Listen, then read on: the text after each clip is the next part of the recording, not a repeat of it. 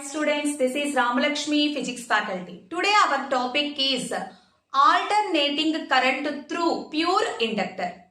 Let us take an inductor of inductance L, and this inductor is connected to an alternating source. What is the property of the inductor? Generally, inductors have the property of self-induction. Inductors opposes the rate of change of electric current. Because of that opposition, inductors produces EMF. E is equals to minus L di by dt. So L is inductance of inductor, di by dt, the rate of change of electric current in the circuit, and minus represents the direction. When inductor is connected in DC circuits, magnitude and direction both are constant. So there is no EMF in case of the DC circuits. But in case of AC circuits, here the source periodically changes the direction of the alternating current. So that's why in case of the alternating circuit, inductor produces an EMF. By applying Kirchhoff's voltage law, at a source, the instantaneous EMF produced by the source, V is equals to V0 sin omega t. And the EMF produced by inductor in AC circuit, E is equals to minus L di by dt. So from this, EMF at the source, Vs, minus EMF produced by the inductor is equals to 0. So simply Vs is equals to E. So now Vs means we know V0 sin omega t is equals to minus L di by dt. Simplify this equation from this. Di is equals to minus V0 by L sin omega t into dt. Integrate on both sides. Integral di. So integral sin omega t dt. Here V0 by L is constant. That's why integration is only for sin omega t. Integral di is equals to I minus V0 by L into integral sin omega t dt is equals to cos omega t by omega. Here cos omega t by omega. Now minus V0 by omega L into cos omega t. So here we get I is equals to minus V0 by omega L into cos omega t. V0 by R is equals to I0. But here in place of R, omega L is there. What is omega L here? Omega L is called inductive reactance. Inductive reactance is denoted with letter XL. XL is equals to omega L. In DC circuit, reactance produced by the inductor is equals to 0. But in alternating current, in AC circuit, the inductor produces opposition. That nature we called reactance of the inductor. So it is denoted with the letter XL. XL is equals to omega L. What is the SI unit of inductive reactance? Ohm. Inductive reactance unit also ohm. So XL is equals to omega L. From this we know omega is equals to 2 pi F into L. Here 2 pi L constants, XL inductive reactance directly proportional to frequency. For DC circuits, frequency is equals to 0. So inductive reactance is equals to 0. In case of the AC circuits, frequency increases, then inductive reactance also increases. Maybe the frequency of the alternating source is very high. Then what about the inductive reactance? It becomes to infinity. Now substitute here in place of omega L, I is equals to minus V naught by XL into cos omega t. So here EMF by inductive reactance is taken to be I naught, peak current or maximum current. So we get I is equals to minus I naught cos omega t. Here EMF produced by the alternating source, instantaneous EMF as a function of sine. V is equals to V naught sine omega t. But we get current cos omega t. Now convert here cos omega t into sine function. In first quadrant we know sine 90 minus theta is equals to cos theta.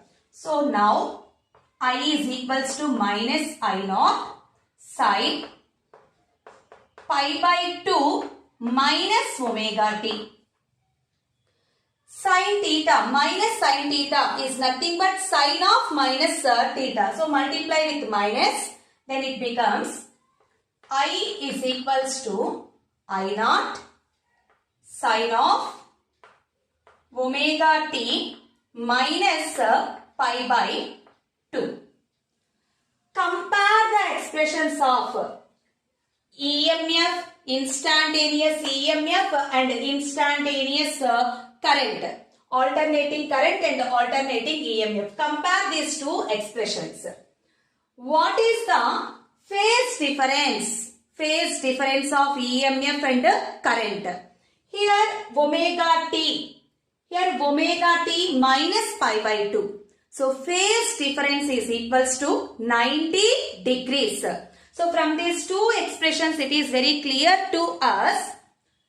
Current, okay, alternating current lags behind the voltage by an angle of 90 degrees.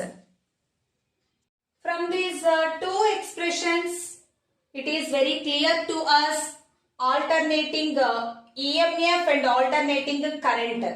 Phase difference is 90 degrees, pi by 2 radian. And current, alternating current lags behind the alternating voltage by an angle of 90 degrees. So the phasor, simple phasor diagram in case of the pure inductive circuit, the angle in between alternating current and alternating EMF is 90 degrees. Graphical representation of alternating current. So in case of the alternating EMF, when time is equals to 0. So what about the EMF when time equals to 0? V is equals to 0 minimum. So sine 0 degrees is equals to, we know, here time 0. Then it becomes a 0. So it is a minimum. When time is equals to 0, alternating EMF is a minimum. Next, in case of the alternating current, when time is minimum, time is equals to 0, then what about the alternating current value? I is equals to minus I naught. We get the peak value of current, but in which direction? In negative direction. So, this is the graphical representation of the alternating current, the sinusoidal wave for the alternating EMF. So, at 0 degrees, minimum, 90, maximum, this is the maximum, and at 180 degrees again minimum, and 270 degrees maximum, but this maximum is in negative. Again at 360 degrees minimum. But when at 0 degrees and time is equals to 0, the instantaneous sinusoidal wave starts from negative that to maximum value. Maximum. Again at EMF is minimum, it becomes to maximum. Here EMF is maximum. So current is minimum at this point. And EMF is minimum, then current becomes to maximum. Again at maximum, current becomes to minimum. Again at minimum EMF, then alternating current becomes to maximum. So this is a graphical representation of the alternating current in case of the pure inductive circuit. Power supplied in inductive circuit, P is equals to VI, and here V is equals to V naught sin omega t, and induced current minus I naught cos omega t. So from this, minus V naught I naught sin omega t into cos omega t. So by the simplification, multiply and divide with 2. Then it becomes minus V naught I naught by 2 into, in this place, 2 sin omega t into cos omega t sin 2 omega t. So this is the expression to find out the power supplied in case of the inductive circuit. What about the average power in inductive circuit for one complete cycle? Average power is equals to V RMS into I RMS cos phi. So power factor cos phi. Here what is the phase difference in between alternating EMF and alternating current? 90 degrees. So cos 90 degrees is equals to 0. So then what about the average power in case of the pure inductive circuit for one complete cycle? Average power is equals to 0. So totally in this topic we learn the behavior of the inductors in case of the DC circuit at the same time AC circuit. In DC, frequency is equals to 0. So the reactance produced by the inductor is equals to 0. In case of the AC, value is maximum. So inductors opposes the change of electric current in the circuit. So that opposition offered by the inductors we called the reactance.